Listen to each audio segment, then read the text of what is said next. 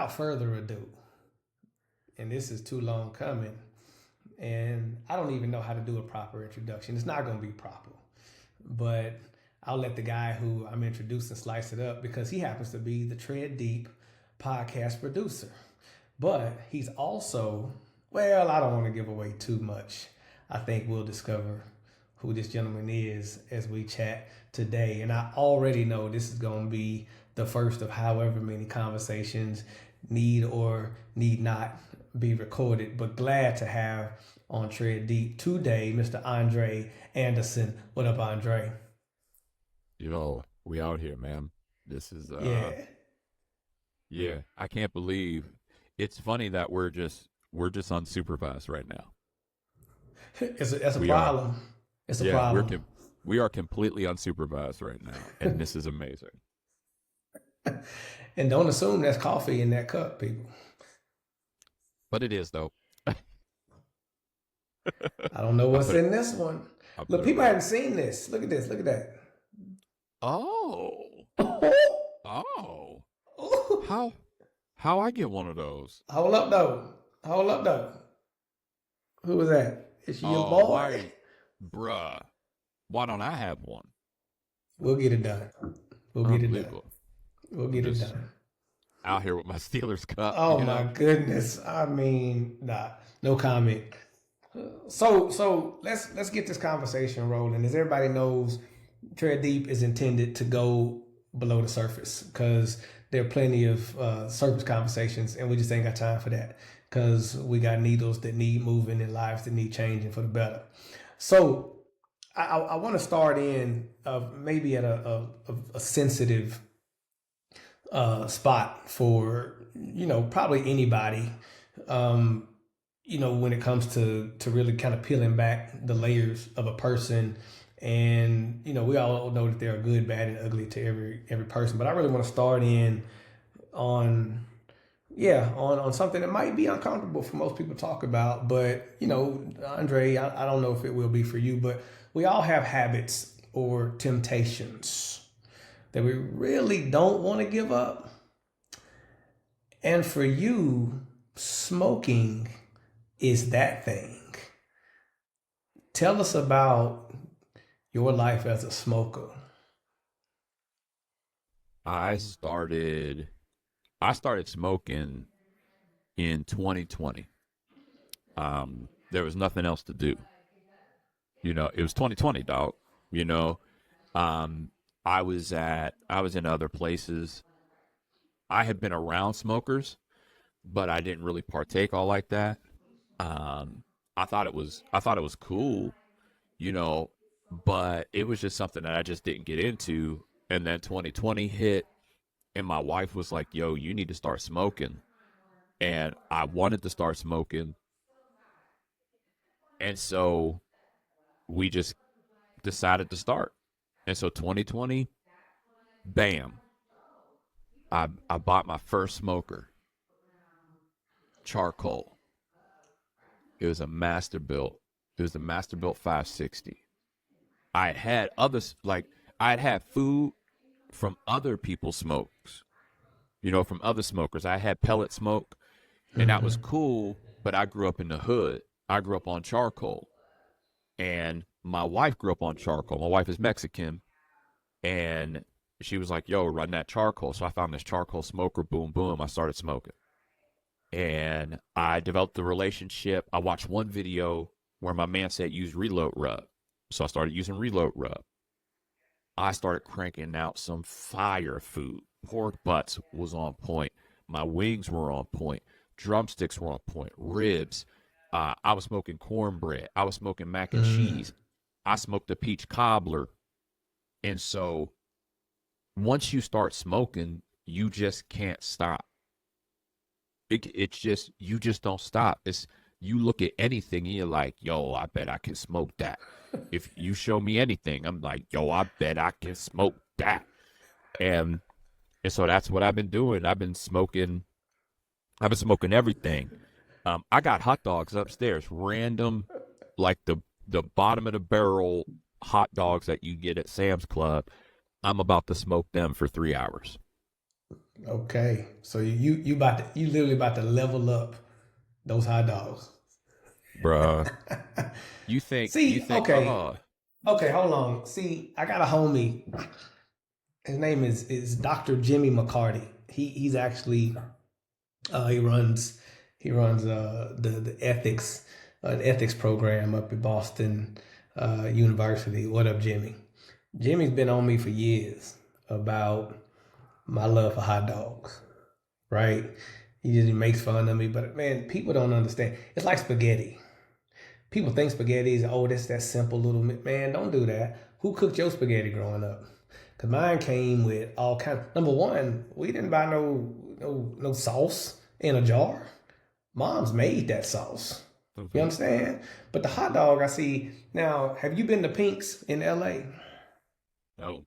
Pink's hot dogs. Okay, so next time you're in LA, make sure you find whatever time of day that you think is gonna work and stand in that line at Pink's. But Pink's, and there are plenty of places around the world, elevated the dog, right? And they got these themed hot dogs because it's Hollywood, blah blah blah blah blah. But I mean that Martha Stewart dog, what? I mean, you got kraut, you got sour cream, you got I think tomato. It's, come on now, you see what I'm saying? So I appreciate that, but and I'm glad you went ahead and confessed your addiction for smoking and gave us some insight for others who might also be interested in smoking but not sure how to navigate that in their own lives. So thank you. Well, you have an interesting kind of a lit sign behind you there. If I'm reading that right, and I know what it says barbecue church. Now, before somebody gets disrespectful or wants to downplay or discount, tell us about barbecue church, Mr. Anderson, or should I Well, say, Pastor Anderson? right. So I've been a pastor for 24 years, and been doing youth ministry stuff. I have a heart to help people. Uh, I'm not. I'm If you know me and I'm not a normal pastor. Um, I'm just not. I'm not normal. I'm not what and not, if you meet anyone that knows me, they're not going to use normal to describe me. And once I started this smoking journey, I started a Facebook group called Barbecue Assembly of God because I thought it was hilarious. And I'm an Assembly of God pastor, so I was like, "Yo, Barbecue Assembly of God," and it was just a Facebook group to showcase all the stuff that we're cooking, and anybody can share. Just share what you're cooking, what you're doing. And my brother across the street was a barbecue guy, has his own food truck. He came over, and I was doing a rib roast. I was smoking Mm-hmm. this bomb rib roast, boy. And I was like, "Yo, am I the lead pastor of barbecue church? Like, we have 500 people in there." And he goes, "Yeah, you are." And I just felt in my heart, "Yo, you're going to launch barbecue church." And so a year later, I launched barbecue church as an online community where I do sermons that are hot and fast, 7 to 11 minutes, that no frills, no extras, no sauce, just in there. Because there's a lot of people that may not rock with church like that. There's a lot of people that have been hurt by church. There's a lot of people that they wanna experience something different, but they don't want to go out to do it. Because they don't know how they're going to feel. They don't know how they're going to be judged, and nobody wants to go to a Yeah. place and feel like they're judged. And and it's hard when the church has become a hospital where you can't be sick.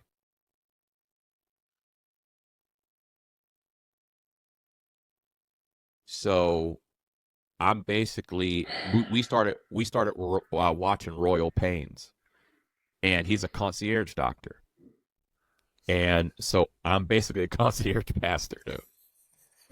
Like, I love it.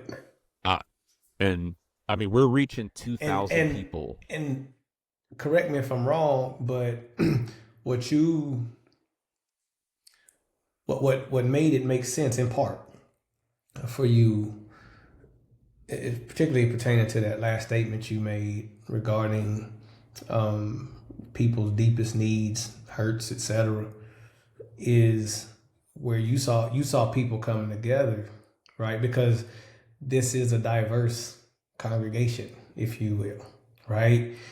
Very. Um, and one of, aside from what is most important, who is most important at the center of the faith experience, is this commonality that you found, or that all these people find in barbecue. Yeah. Yeah. Our motto is you can eat with us.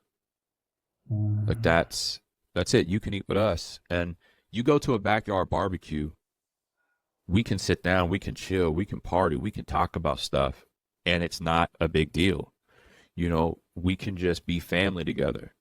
Yeah, Um, as men, we'll go to a backyard barbecue and we'll talk with our wives' friends, and we will not remember their names, but we'll know everything about them. We're like, yo, I was talking to that one dude, and he was telling me about this and this and this. She goes, who was that? I was like, the dude with the White I don't Sox. need. He I had don't he even had the know. White Sox. He kissed the girl with the he kissed the little Mexican girl. I think he's with her. Oh, that's Philip. Bro, no, Xavier, the weirdest thing is that I was talking about Phil right now. I was literally picturing Phil. Ah! I was literally You talking lying. about Phil. You lying, man. Stop. No, I was talking about Phil, and I was talking about his wife Jenny. Like, bro, come on now. The spirit's But moving. but but so we just have this concept of we can all come together and we can have a respectful conversation and we can learn and we can grow together in our faith. And so no matter where you're at on your faith journey, barbecue church is a place that you can rock with. Like, we have people that don't rock with God like that who watch, and Yeah. who are part and consider me their pastor. You Yeah. there are people there. We got Catholics who rock with us. We got atheists that rock with us. It's just because they understand who I am. They're like, Yeah. yo, he's trying to help our lives be better. And, we got people in Thailand, Africa, Greece, Macedonia. Like, Yeah. So okay. we out here. You touched on something, man, and I didn't anticipate the conversation going this way, because I didn't know where this conversation is gonna go, and still don't. So, but there's a lot of talk, particularly in the fleet industry, and just anywhere where somebody has some wherewithal, about mentorship, right?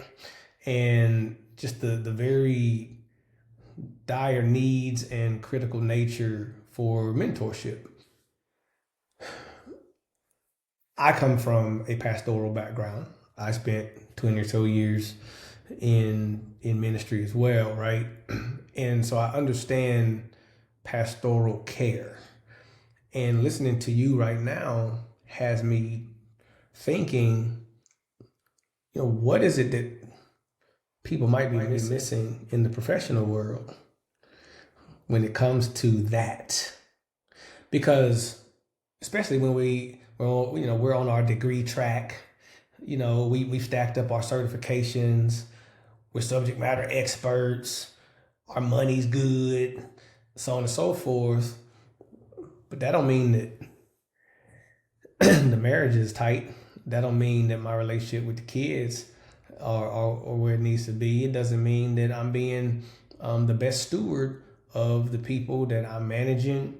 Yeah, it can mean a lot of things, or not.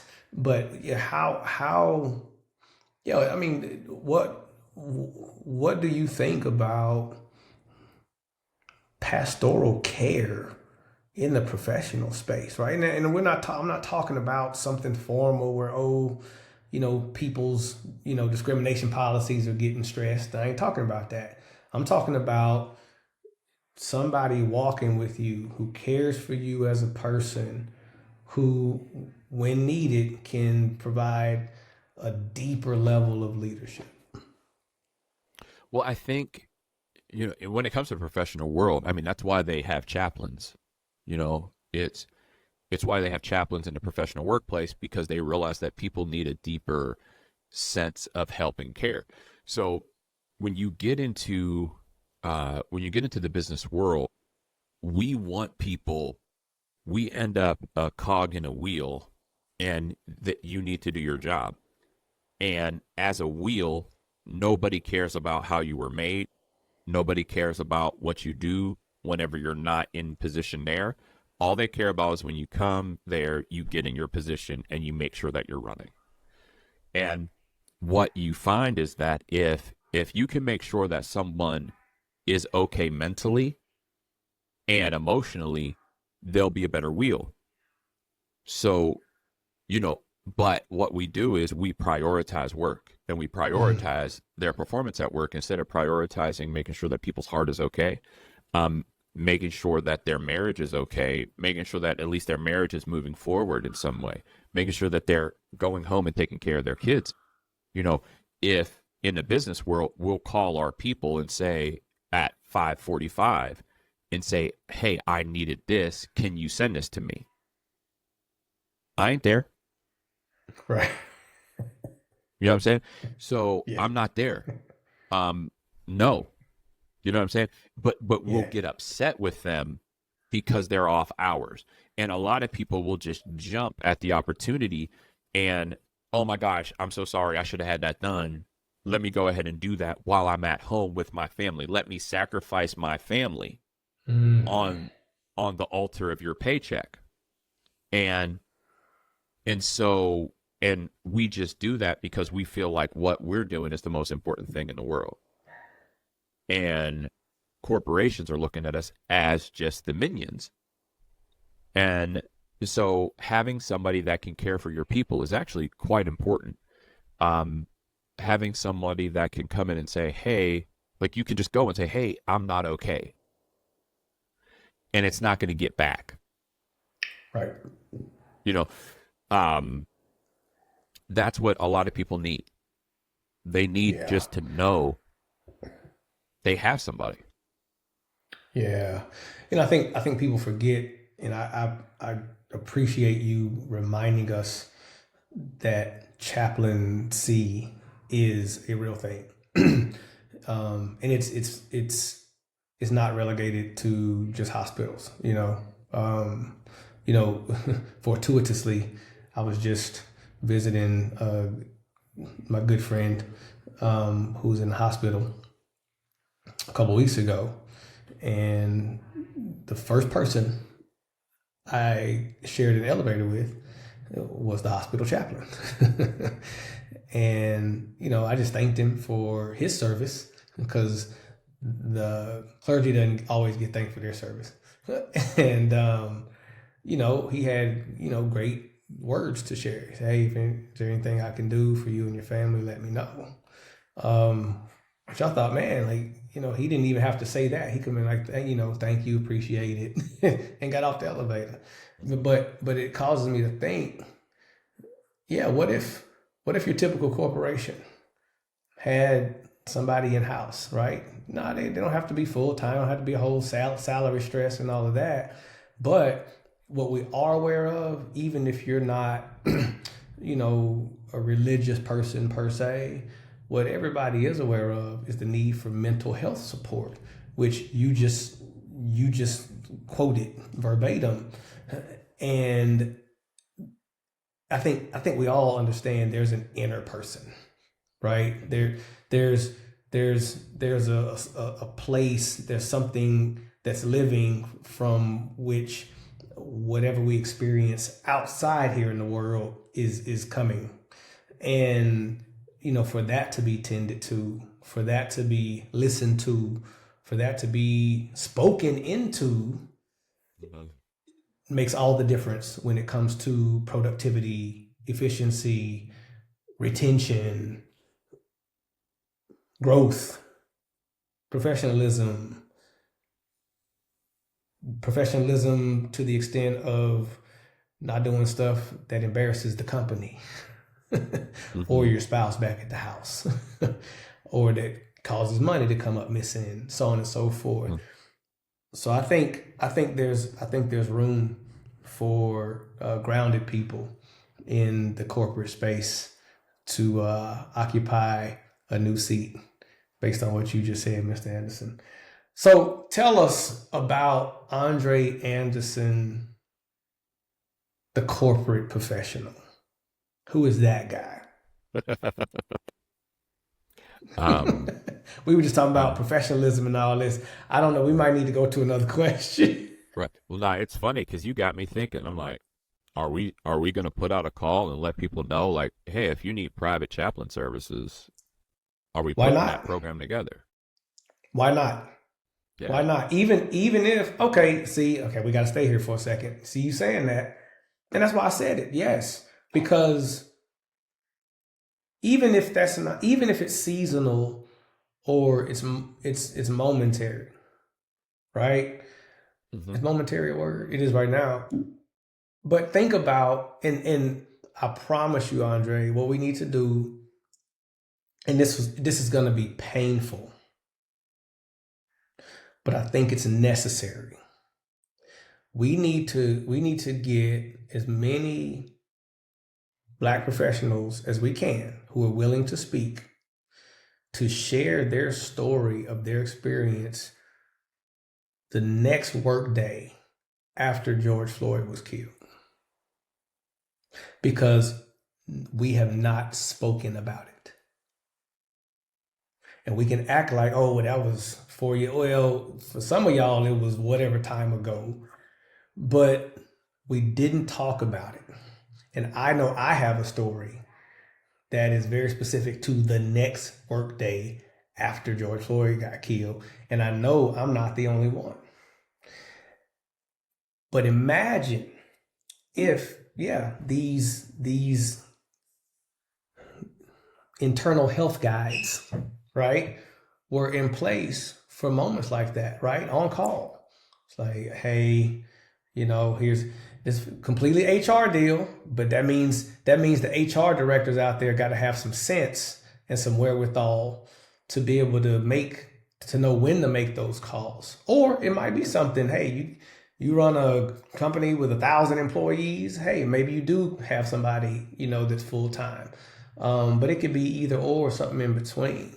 And what's the loss there? You're not gonna lose anything, but you stand to gain a lot. Yeah. Yeah. Mm. Yeah. Well, I mean, jumping into it, when you start talking about professional, um, you know, I, I've been in the business world for a little bit, just different levels. I've always just ebbed and flowed and moved into different positions pretty seamlessly, whether it be sales or this or that, but I'm a relational dude. And, and so I have people that are high level corporate coaches. Um, so my friend Ryan Leak is a guy who helps me out, but Ryan Leak is like, I mean, we're talking, he coaches the Dallas Mavericks and their entire executive leadership team, Right. Disney, so he wrote this book, Leveling Up. And when you jump into that, you realize, oh, I can level up. Like, and it helps you look at everything for real. And instead of us just continuing on our projection, it's just like, no, I'm going to level up at home. I'm going to level up at work, and I always have a new level to achieve. And so that's how I have approached my corporate journey, and how I'm even connected to fleet people. Mm. Like, fam, I didn't grow up going, I'm going to get into the fleet world. You know what I'm Yeah. saying? Like, Yeah. this is not really what I was expecting, but one of my best friends in the world, I met him while I was breakdancing, 26 years ago, 27 years ago. We were breakdancing and became really good friends. And he's a computer programmer, you know, like went to Carnegie Mellon University. Just, he can code anything in a day. Like, the dude is a monster.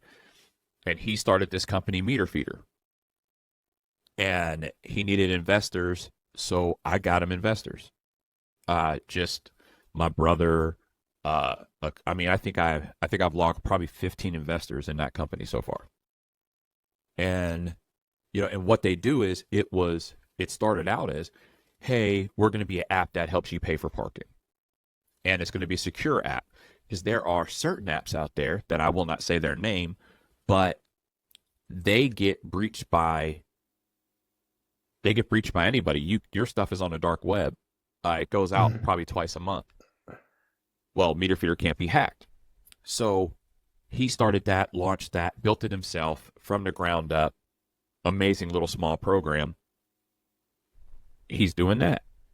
And he goes, hey, Andre, do you want to come work for me? I'm like, say less. So I start working because in his mind, he doesn't like talking to people.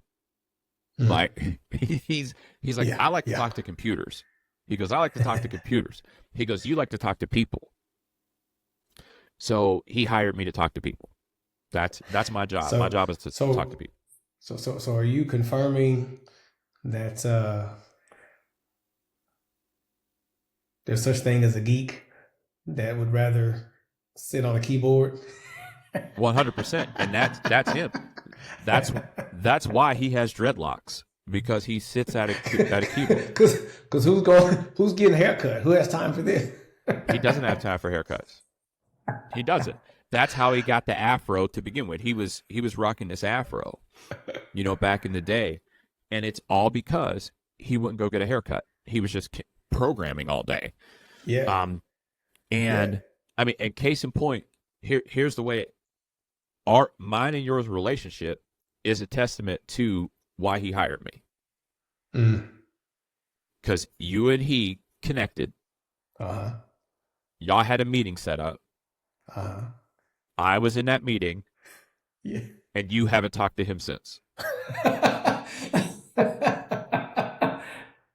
that's that's funny because I don't think about it, but I'm like, you know what? I did have a, I did have a. I'm glad you recounted that story because I Yeah, would have probably told it different. I'm like, yeah, Andre and I met. Where did we meet? It was like, no, and I remember. I'm like, who invited Andre? Like I thought I'm talking to Jim, which I didn't feel that way. It was cool, and it was a pleasant surprise because like, oh man, okay, I'm about to talk to another black vendor in this space and then, oh shoot, his right hand guy is a brother too. Here we go. All right. And yes, maybe Jim and I have texted once, emailed twice, and had a little bit of a meeting recently. But yeah, that's over the 200 hours of engagement since. That's about yeah, it with yeah, Jim. Much love yeah, though. That's yeah. that's that's our dude. Right. Like that's how it works, and that's why he hired me. Um, Yeah. because I can communicate. I can communicate. I'll talk to people. I'll text people. I'll see what's going on.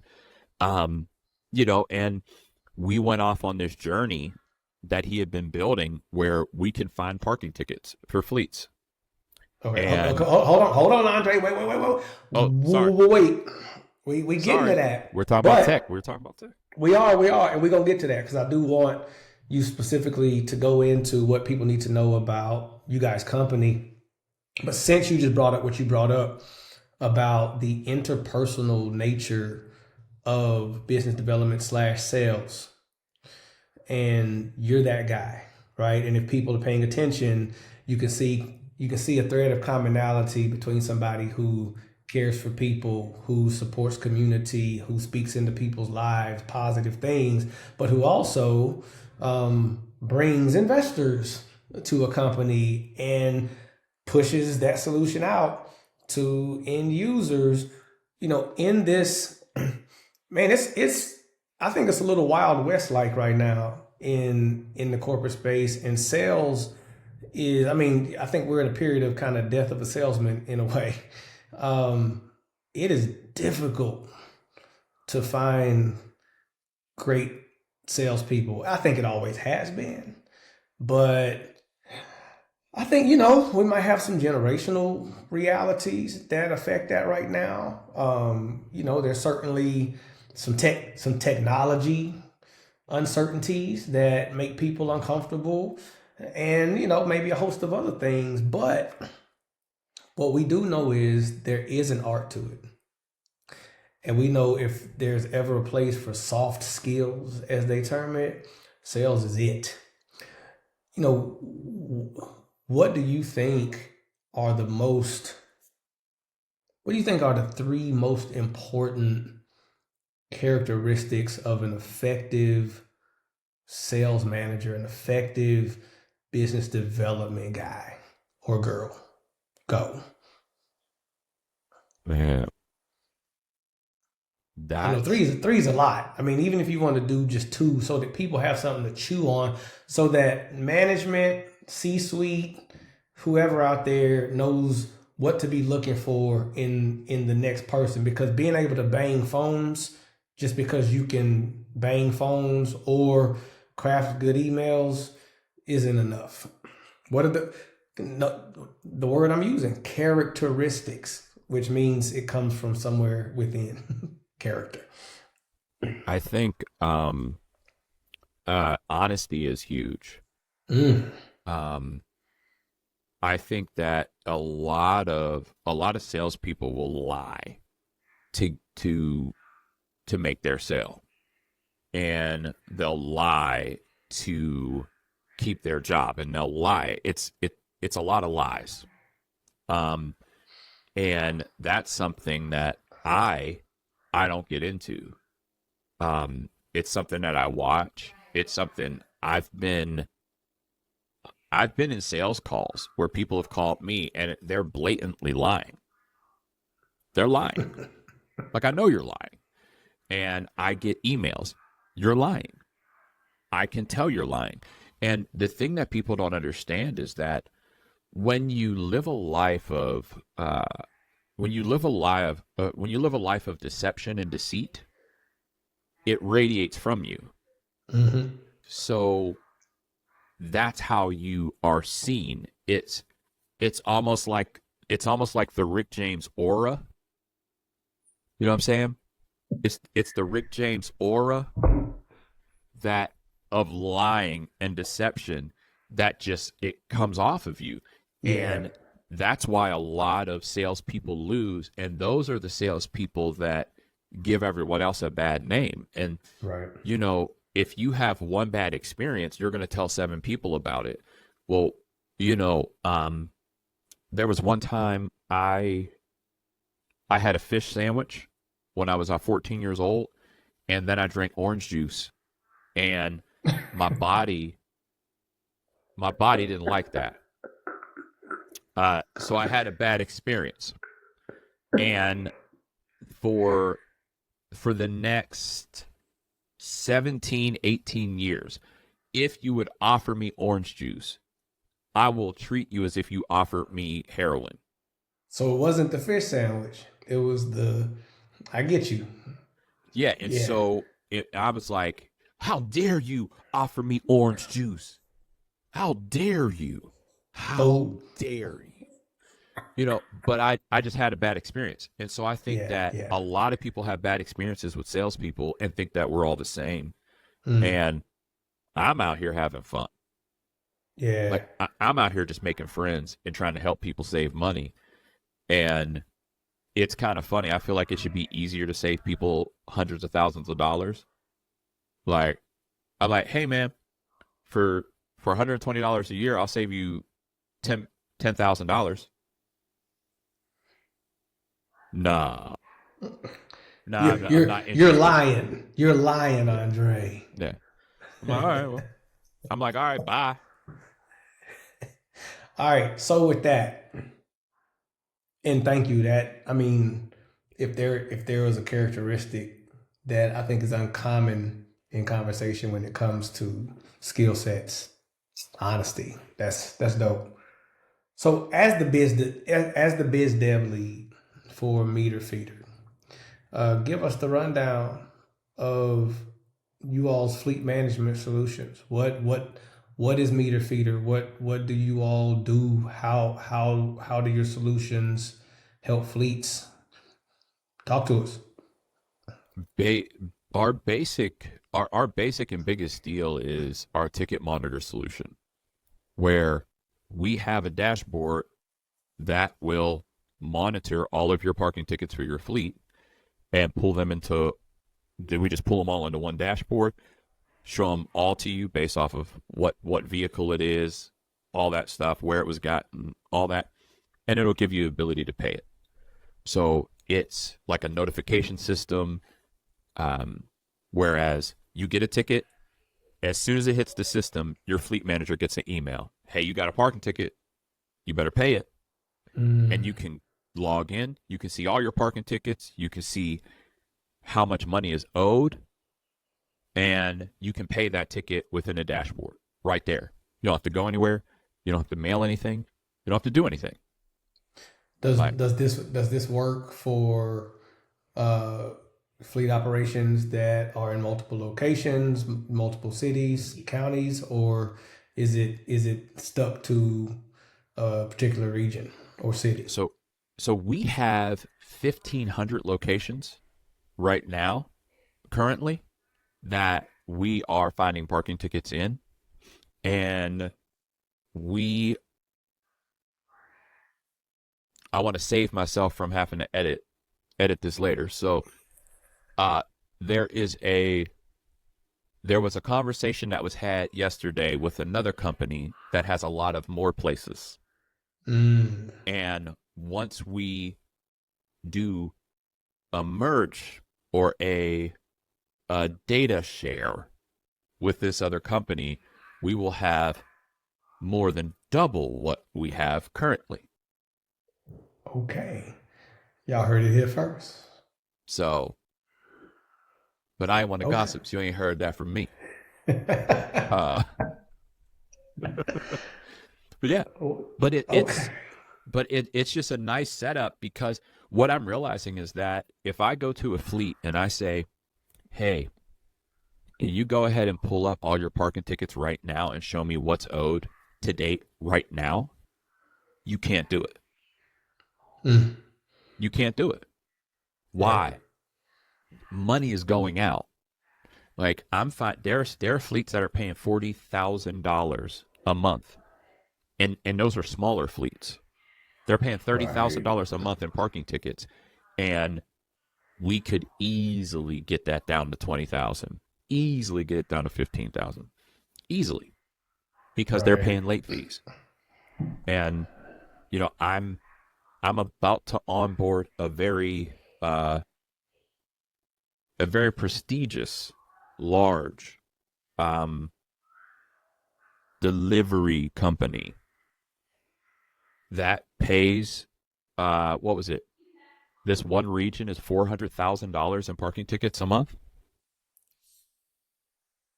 $400,000. So that's six figures is what you can we Yeah, almost a half $500,000, yeah. They're and you said per 1 month. yes, yeah. And so we're sitting here going, and that's just one specific like large arm from here to there, not including the rest of their fleets. Right. So we're going, if we can start in this city, and then we'll just show you. Yeah. We'll show you, Yeah. and then So we'll show you. so you're obviously having regular conversations with a variety of fleets, fleet types, fleet sizes. From your experience, what is a common misconception that fleets have about parking tickets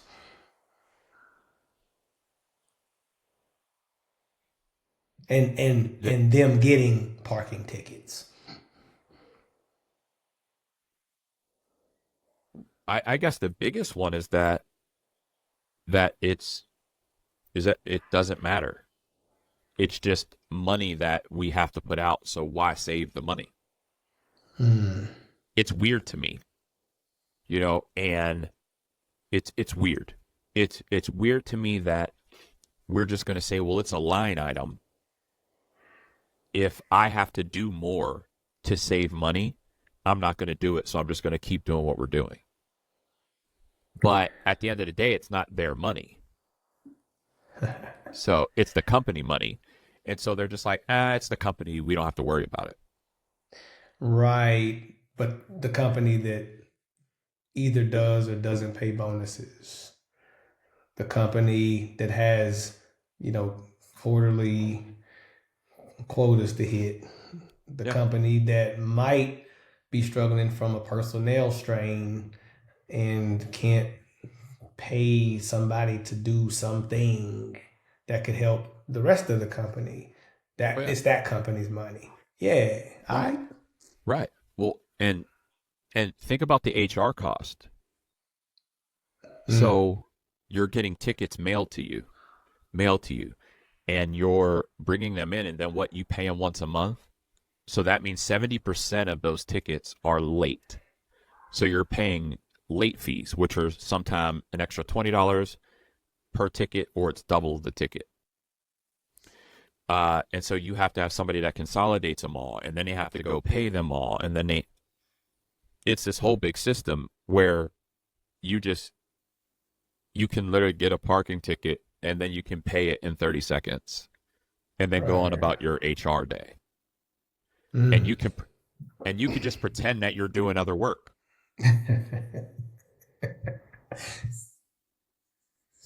Right. Yeah. Oh, it took me 10 hours today. Right, right. Okay, so there are obviously private sector fleets and there are public sector fleets. Mm-hmm. And we know that, you know, municipal fleets, county, state, federal government fleets, you know, they have some different kind of back end runnings. You know, a lot of times when it comes to insurance, maybe they're self insured because they're the city fleet or that kind of thing. And I think there are some assumptions for public sector fleets as it pertains to certain facets of the operation. The realities that you just shared, do they pertain to public sector vehicles as well? If you get a parking ticket and it is not paid, can you register your vehicle? You cannot. The answer is no. Correct. So it applies. If you get if you have outstanding parking tickets, you can't register. And in some places, if you have multiple vehicles and one of your vehicles have an outstanding parking ticket, all of your vehicles are now subject to booting and towing. All of them. How do we know this? Because it's happened. And it's Mm-hmm. been in the news where an entire delivery fleet in one city was completely down. A Mm. very large delivery fleet who we shop on their website all the time. Don't do it, Andre. Just I'm not going to do it. mm-mm. I'm not going to do it. But I'm Don't. just saying, I'm just saying that's why you didn't get your wash rag on time, because Nasty. yeah, that that's why you didn't get your Stanley Cup on time, is because they didn't pay their parking tickets, and so your Stanley Cup was held up, and then you had to go back in and say, refund me the money because it Stop it, didn't come. Andre. Quit. Oh, We get that's too it. much. We talking about public sector. I'm talking about another. This is another. This is but this is a but hypothetical. This is hypothetical. yeah, if no, but you make a good point because there's fallout from, you know, one unattended piece of the fleet operation, right? Where there's one inefficiency, there is a high domino potential of other inefficiencies, which affect very directly the bottom line. Hence, your total cost of ownership is not what you want it to be, and you're going to have extra troubles justifying certain expenditures for that new budget. Mm-hmm. Yeah, and the beat goes on. All right.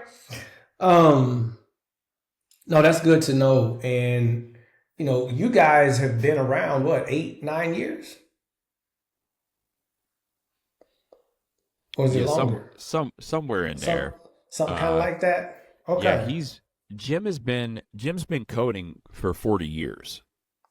Okay. So like so the dude had already started when he Right, was done. right.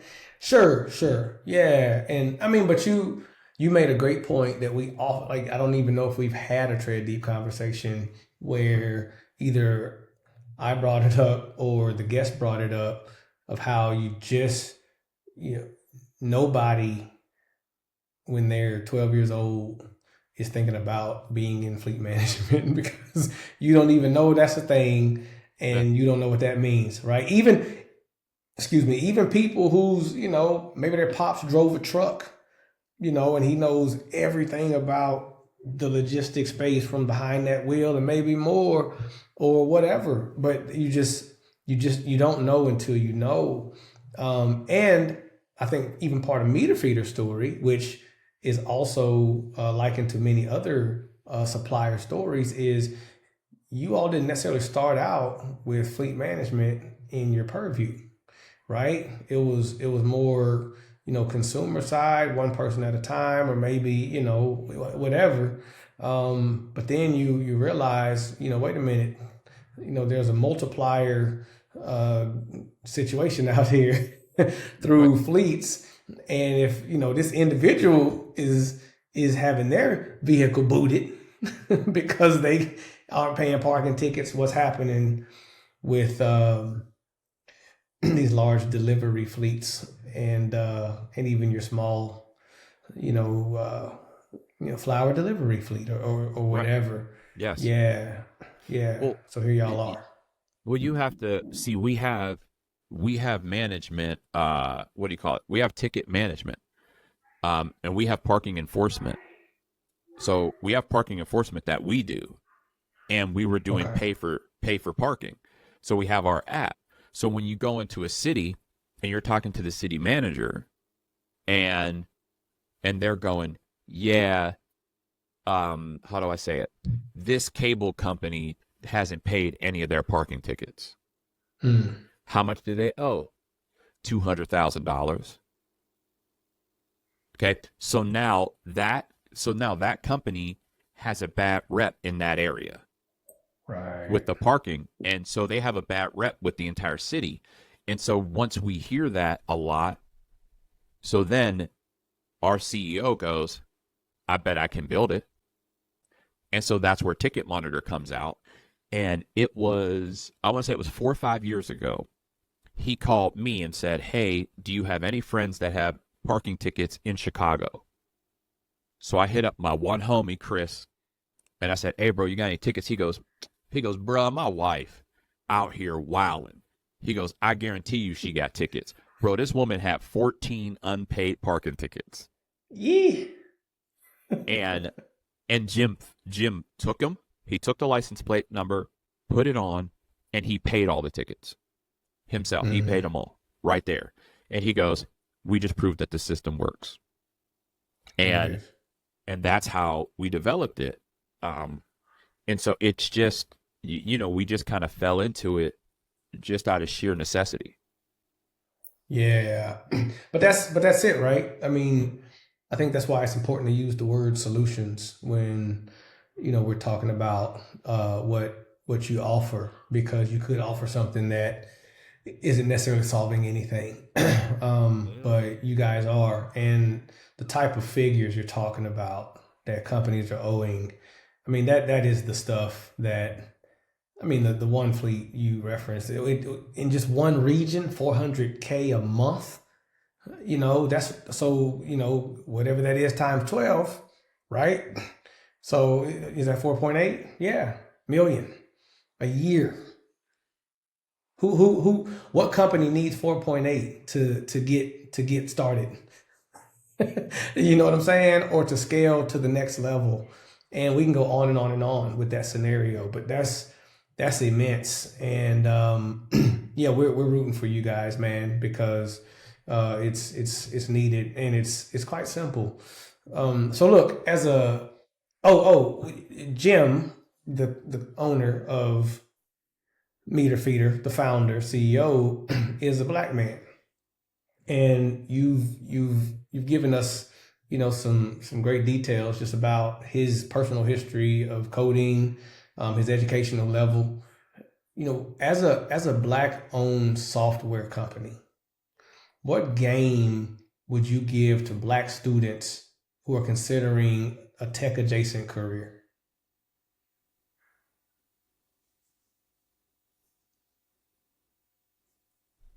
Um, Don't say something like "Don't do it." no, I'm like, I hear. So okay, here I gotta do this. I gotta. All right. So I just had to put that clap in there for when I'm editing. I can see this point if I have to edit it out later. There we go. Um, There we go. so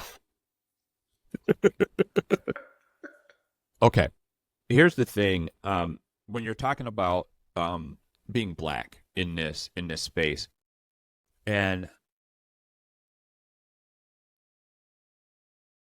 I think in anything it can be hard to be taken seriously, Mm, um, at all.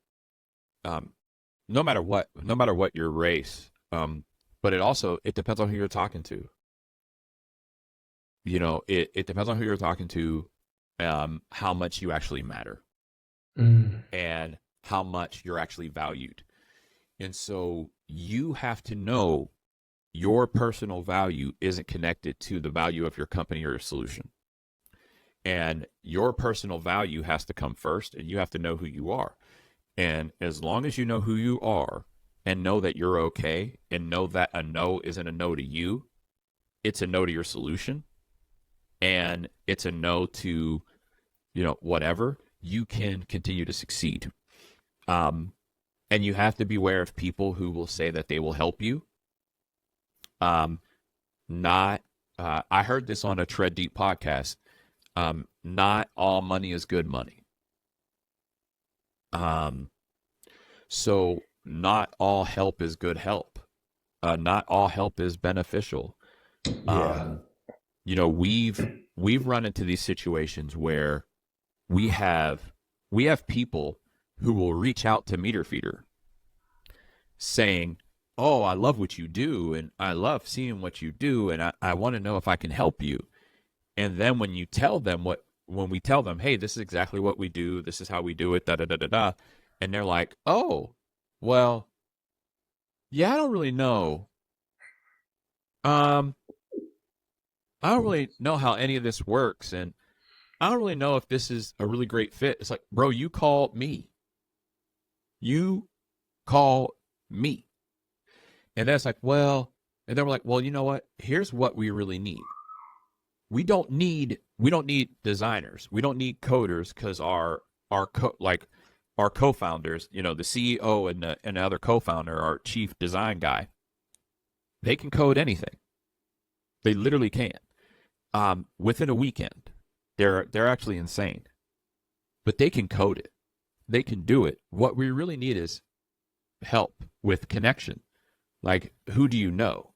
Can we get that connection? Can you help us there? And they're like, well, I don't really know you like that. Mm, Well, then why did you call me? Then why did you reach out? So you have to be able to discern who wants to help you just so that they look good, just so that they can say they helped you. mm, Like mm. if if somebody invites you to their table to eat just to brag about feeding you, you should go eat somewhere else. Right. Um, and there are just a lot of people that, you if you have a bad feeling about something, that bad feeling is for a reason. You remember that movie Dinner for Schmucks? Have you seen Yes. that?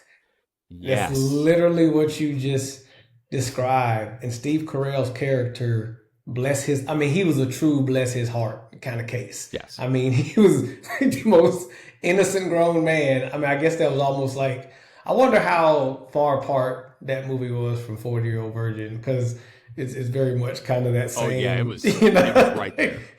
right? And, but yeah, he just, he finally kind of picked up on it, but Yeah. I mean, Carell's great, by the way, but yeah, man, he just know who you're sitting at the table with. That's powerful, man. It Zay, it is important. Yeah, It is important. It's if you're gonna brag about feeding me, I'm not sitting here. You yeah, know, I will build my own table. yes, yes, Like I will yes. build my own table. I can cook. I know what's going on. You You know, be smoking. I be smoking. That's what I be doing. And but like I believe that I believe that I've been placed where I am for a purpose. And even one of the major companies that I'm talking with right now, I got a conversation with them because I talked to one of the highest up people you could talk to because he's married to my wife's homegirl. Who you Like, know? you know, like, Who you and know? right. And so because he said, have this Keep conversation. going. We ain't got to do nothing. I'm gonna turn this light on because I'm mad So good. damn in here. People need to see this beautiful face of mine. Goodness Right. gracious. Good thing So, I have on pants. right. I know that I'd have been awkward. That'd have been What were bad you gonna awkward. do with the editing? What? I was gonna blur it. I was gonna put a blur. I put a blur right there. Bro, I'll probably put a blur there anyway. Now that we talk about it, I'm gonna just blur blur your body out.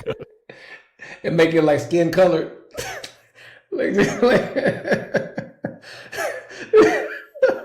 Put like an X joint right there too. Like Yeah, just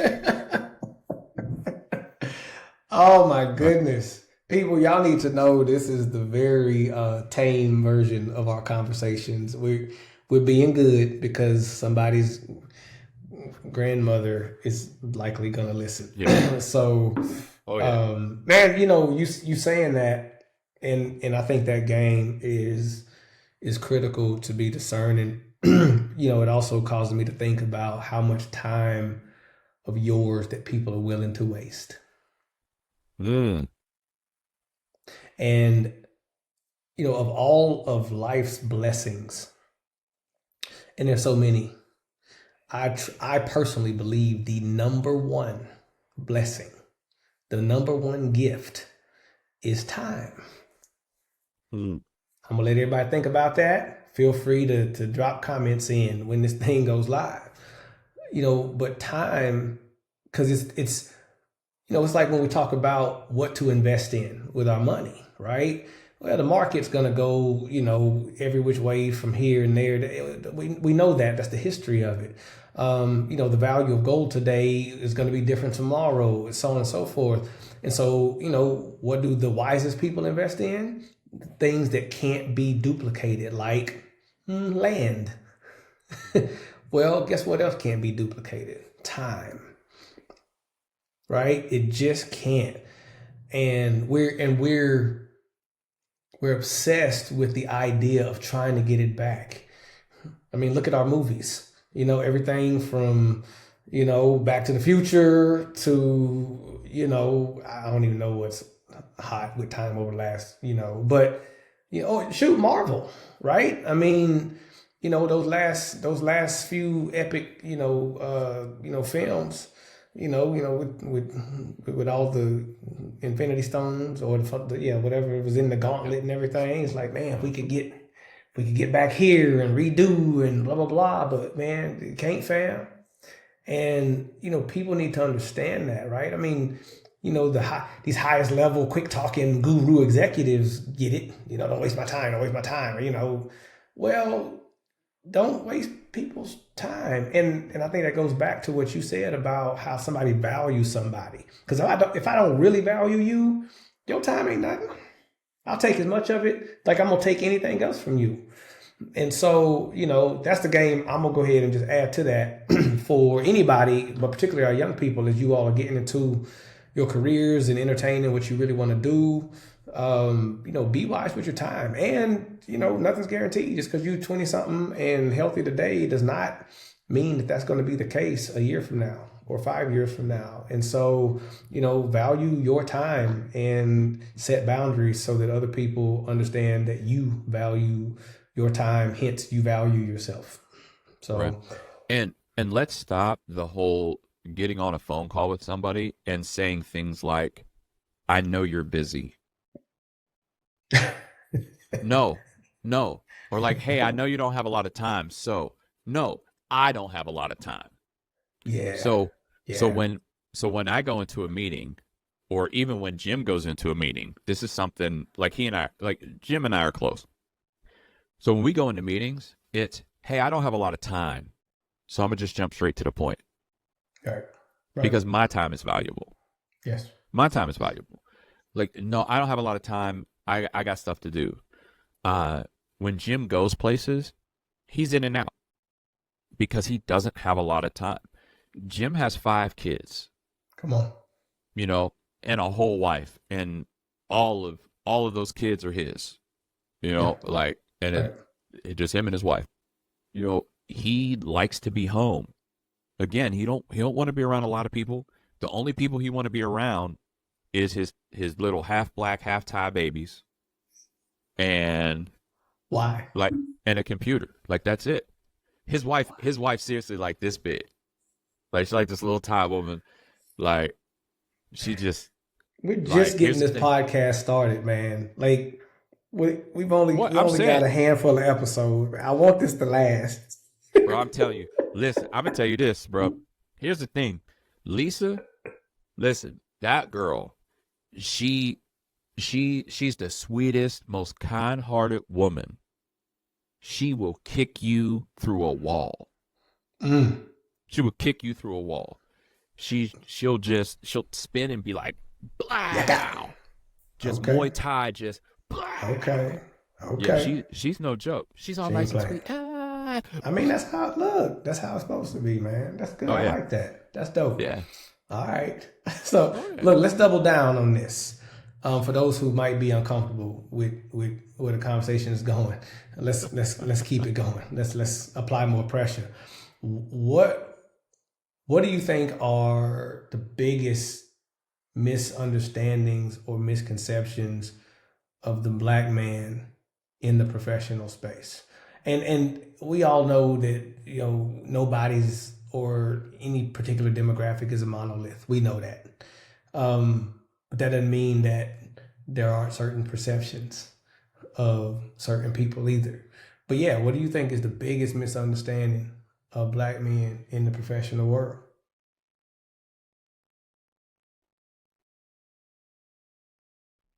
And this might even be coming from the black man himself. Yeah. This greatest misunderstanding.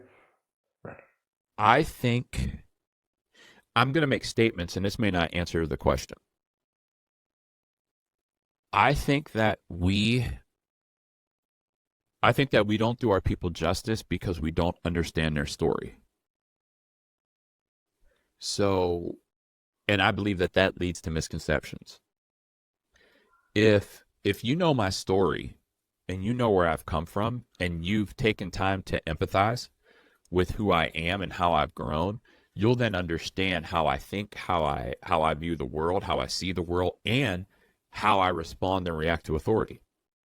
Mm, So if you don't have any empathy or understanding of stories or don't care to have that, that's when you misunderstand. That's when you have misconceptions because you have no empathy. You're looking at people as just what they can do for you, and do they have enough to pour out for you? Instead of how does this person react? We do the whole DIS test. We do the mm, Strengths Finder so that we can right. learn who our people are, and it talks about if this person is under you, this is how they need to be talked to. This is how they're going Right. to respond if you come at them in this way. Um, I think that that is huge. And so for me, being, I'm a 45-year-old black kid from the hood who was taught to fit in anywhere, go anywhere, I I can be in, I've been in rooms working with millionaires and can easily just weave my way in and out, and I can walk down the block in the hood and not bat an eye. It doesn't it's an easy switch for me. So I can go into a place and I have an intense amount of empathy for people. Mm. I can read a room. I just understand how to put, like, I'm like water. You put me in a pitcher, I'm going to be the pitcher. If you put me in a cup, I'm going to be the cup. And we just have to look at our people and go, okay, what's your story? And if we ask somebody their story and then we honor that and then seek to learn and not treat them as if they're less than because their story is wild, we'll gain an ally. You know, it's like, hold on, you actually care about me? Yeah. And Yeah. it could be a quick 20-minute conversation, 15-minute conversation. But, if you do that and then you have loyalty. Like, Yeah. there are people that learn my story that rock with me, and those are still the people that will throw hands together, Right. Right. you know, and that's the goal. Like, the Scottish people, your clan wears different. There's different kilts. You have a different pattern based off of your Mm-hmm. family clan. Mm-hmm. So if you see somebody wearing your colors and they're getting jumped, you Yep. instantly pull up. Yep. So we want to build that community to where if something's going on, we all will move to engage that problem, Yeah. you know, and and it's, most of my friends right now, a lot of my circle, they're Marines, and working with Marines is wild. It's wild. That tribal anecdote you just gave, I don't think anybody has to question the moment you say Marine. Yeah. So Oh, those guys they're fierce, and I train Marines. I'll be on base and I'll be training Marines. And if anything hits the fan or if somebody comes at me because they look at me as their CO in that moment, bruh, it's like if you come at me in that environment, I fear for your life. right. I Right. do, because they are going to extinguish the threat with extreme prejudice, because Yeah. that's what they're trained to do. So Right. we want to build a culture of love and a culture of family, and we need to really move towards family. Yes. Not just, hey, I'm going to give you a pizza party.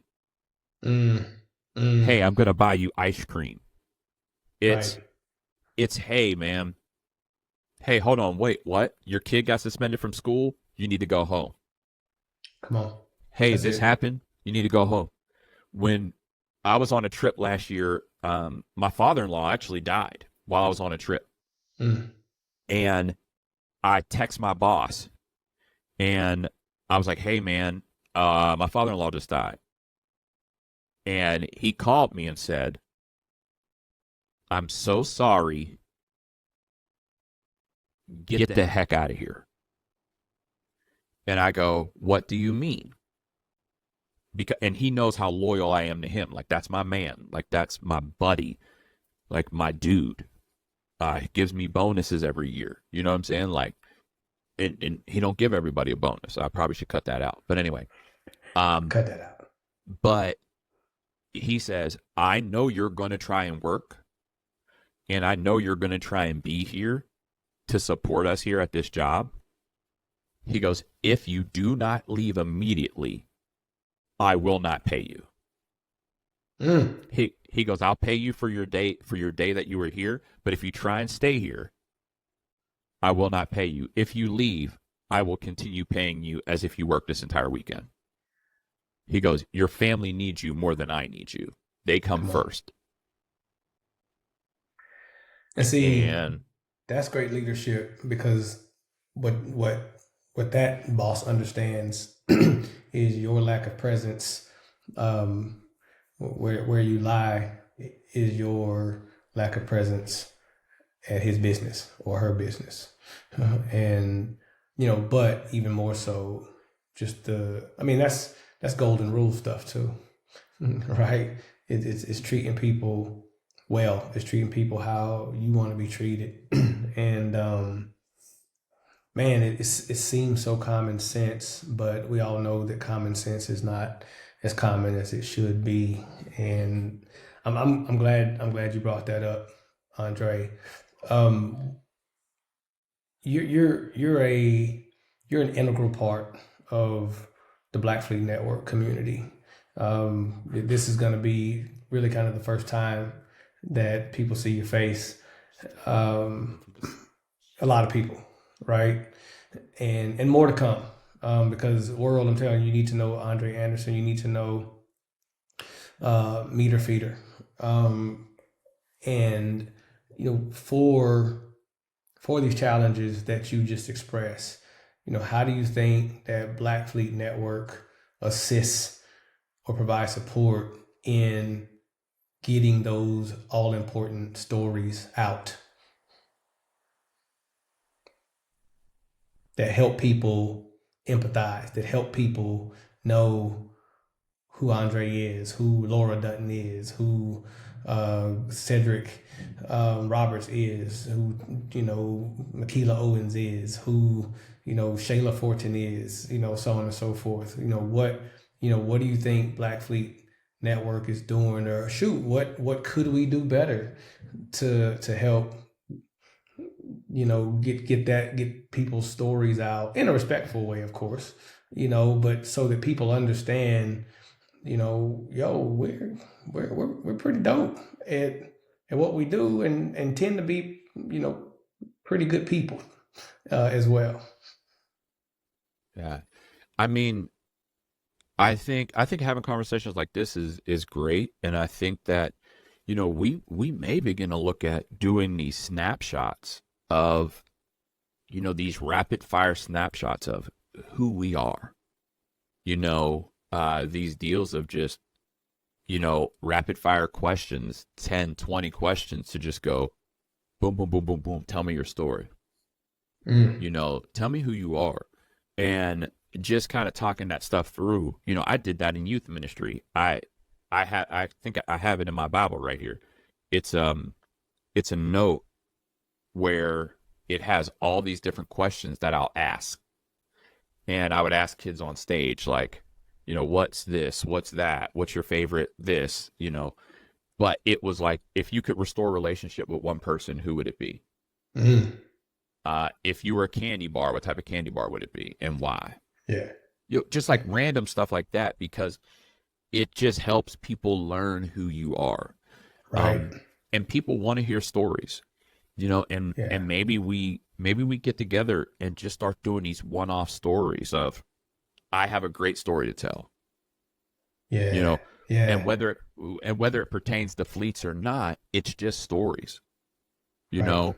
Like, Right. I could tell you about the guy last weekend that wanted to fight me in a parking lot, you Yeah. know. Like, Oh I could goodness. tell you that story, and it's hilarious, you know. It's it's hilarious, but it's just having, but it's us having fun. It's us telling stories, and it's honestly us as the BFN community, just getting to know each other in a deeper way. Mm. um and knowing like that we're here to help, like Yeah. we can do life. And it's and then you look at some people like, I had a conversation with Jen, and it's so funny. I say Jen, I was like, Jen Pearson. she white. Yeah, like, she Okay. white. Her name is Jen. I called her Jen. She white. Uh, Lord. but she's a BFN member. Mm-hmm. And when I first joined BFN, she was one of the first people to book a meeting with me to hear what we do. You know what I'm saying? Like, and I booked another meeting, and I talked with, what was it? It was Amy Ducker. Um, Amy Dobrakova, Amy D. that's what I Yes. said. That's what I said. Forgive him. Yeah, Forgive him, Amy. but I had a talk with her, and it was a welcome to the community, and it was people who wanted to learn about me, who wanted to learn what we offer, who wanted to just see my face and talk. And it wasn't hard, it wasn't difficult, it wasn't Yeah. weird. It was just growing together.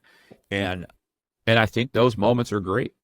You know, Yeah. let's tell stories, let's engage with each other, let's have fun, and and then know that there are people out here that if you need help, it's a call. You need somebody to talk to, it's a call.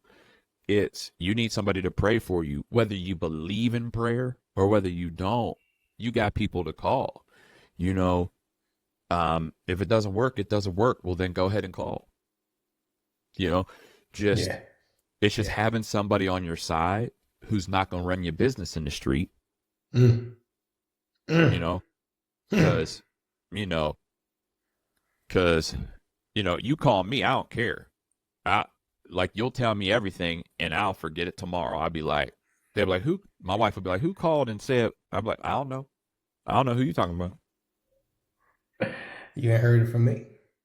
Yeah, yeah. Nope. I don't know nothing. And you just can't say you're gonna hurt somebody else, and you can't say you're gonna hurt yourself. That's Outside of it. that, I'm good. Yes. Yes. I'm good. Because you have a fiduciary responsibility in those Fiduciary. situations. Spell it. You can't spell fiduciary. I don't even, I'm gonna go See, scripts and I'm gonna tap my see. leg. F. You be Dude, sitting there like, we should have a BFN spelling bee, bro. no, No, we shouldn't. No, we shouldn't do it. That's bad. That's probably going in the wrong direction. bro. Cause We'd be like, you be sitting there, you'll see people be like fiduciary. F. Chat GPT spell fiduciary. Oh snap. How do you spell Oh. fiduciary? Oh, bro, I was way off, dog. Okay, look. I think it's hold on, fiduciary. I think it's FIDUCIARY, right? Whoa, bro, you did it. Hey, next round. I made it to the next round, dog. Look, I didn't talk. Look, that just tells you I talked to too many professionals that I needed to have that responsibility. That's it. So, it's like, hold on, you ain't finna tell nobody about these bills, are you? Oh But my gosh. so look, man, let's wrap it up. I got one final question, man, for this conversation. And this is you're a phenomenal fellow, Andre, and I know we clown and oftentimes keep it very light, but people know that people should know that you and I talk. I don't think a week goes by where we don't go in on something. And if a week does go by, it's kind of a problem, and one of us is texting the other and be like, "Yo, where you at? You good?" But as a servant leader across multiple contexts, because you clearly are, how important is the emphasis on servant? Yep, I did. I sure did it. I Man. asked that question. Yeah, I think in every aspect of our life, we have to remember to serve. Um, Serving removes an amount of pride from our lives. And pride, pride is an interesting word because it's as I say, a cardinal sin. Uh, so it's a pretty big deal. And so it's something that we can't really hang our hat on. It's not something that we're supposed to just press into. It's something that we're supposed to really press down. And Hmm. so when you serve, that's just being humble, and that's choosing to serve.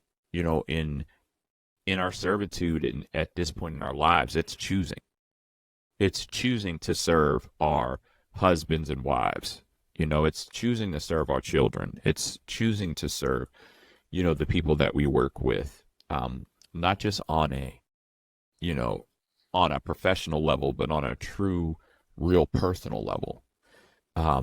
And just being a person who is a servant, a person who's going to make sure that they take care of you, that's going to, you know, if you're hungry, feed you, you Mm. know, um, just not really looking out and not only paying attention to yourself and focusing on yourself. It's really just serving. And it's And not demeaning to yes, self right. to serve someone else. You're not less than as a leader or less than as a boss if you serve. Correct? Oh yeah. Yeah.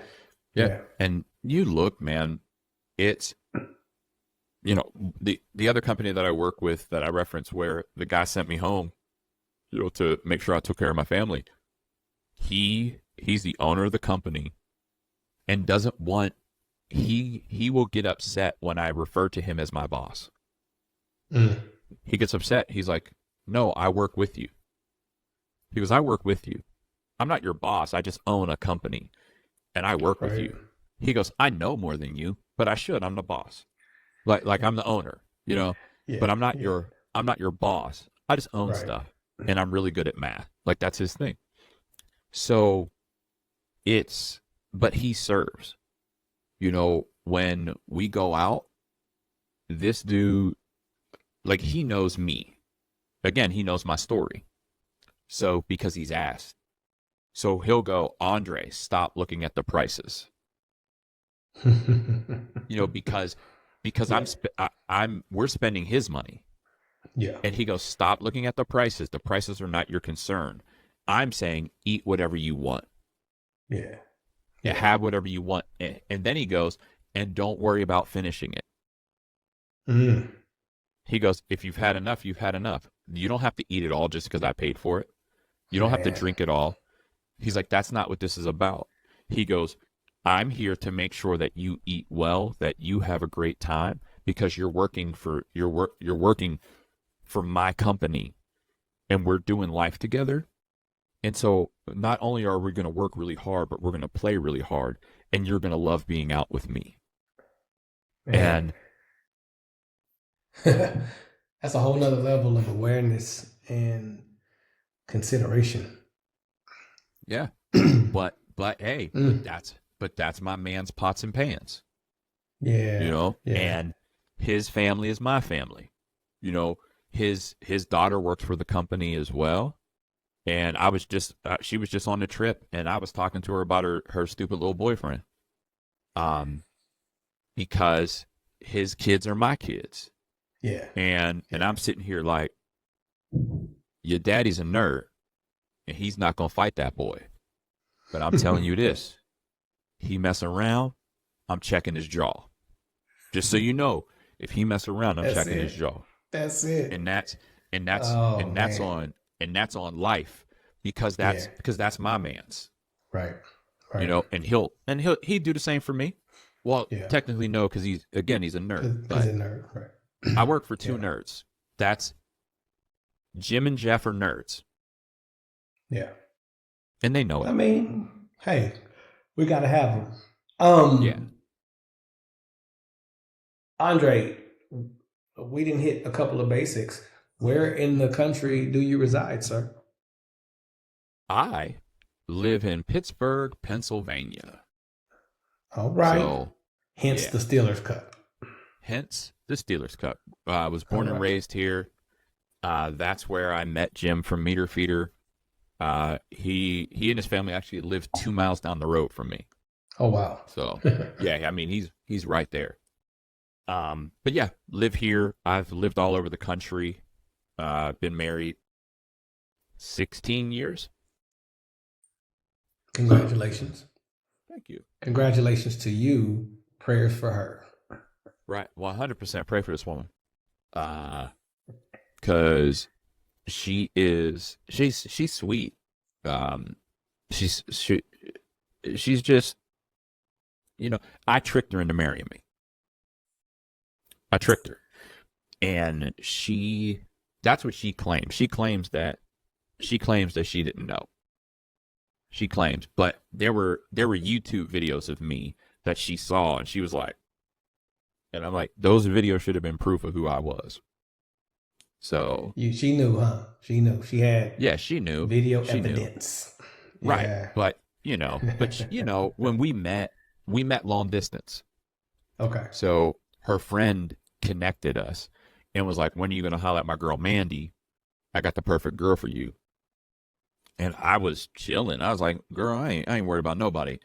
And so one day I was visiting my mom in Pittsburgh. I lived in Florida at the time. And I was at Starbucks with another girl.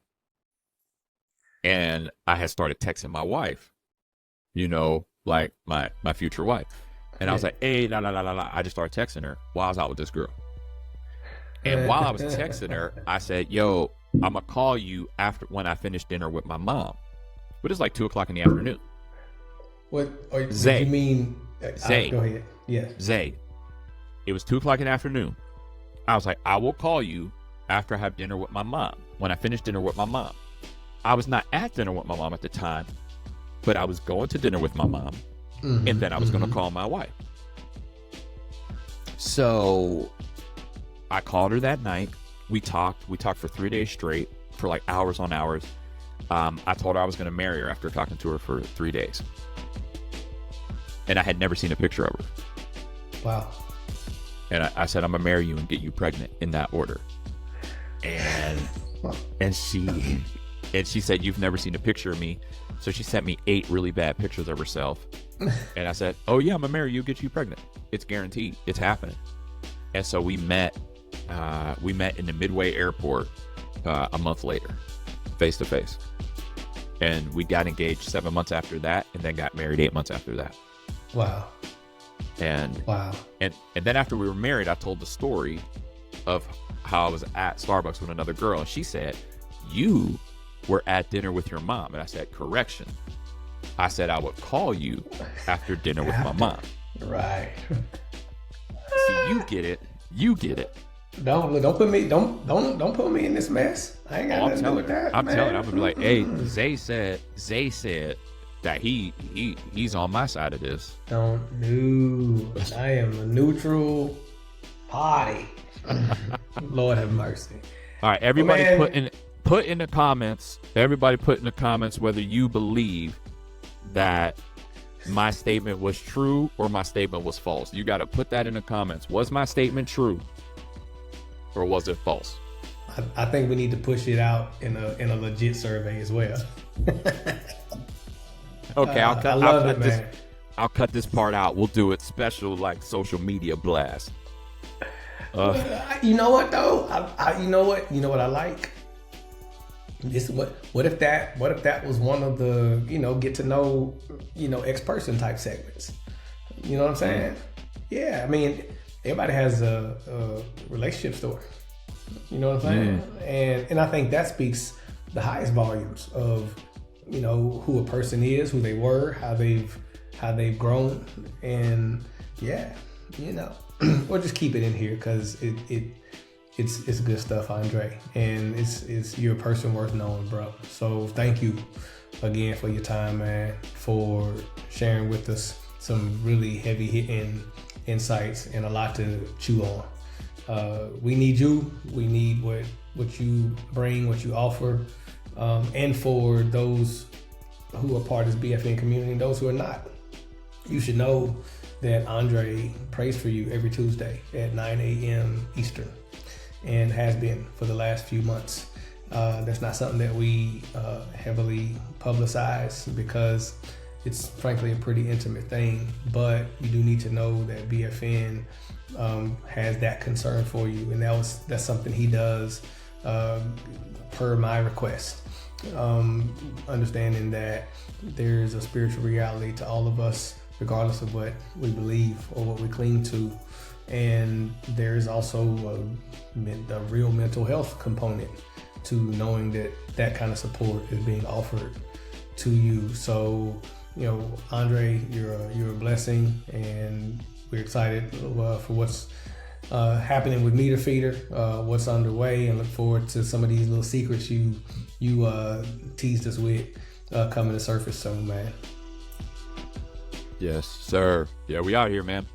We gonna have a party. So be blessed, BFN. We gonna keep rocking. If y'all need anything, you make sure you call me. If you need a chaplain, we're gonna have to be. We're gonna be virtual chaplains. The BFN virtual chaplain system. Dude, I like that.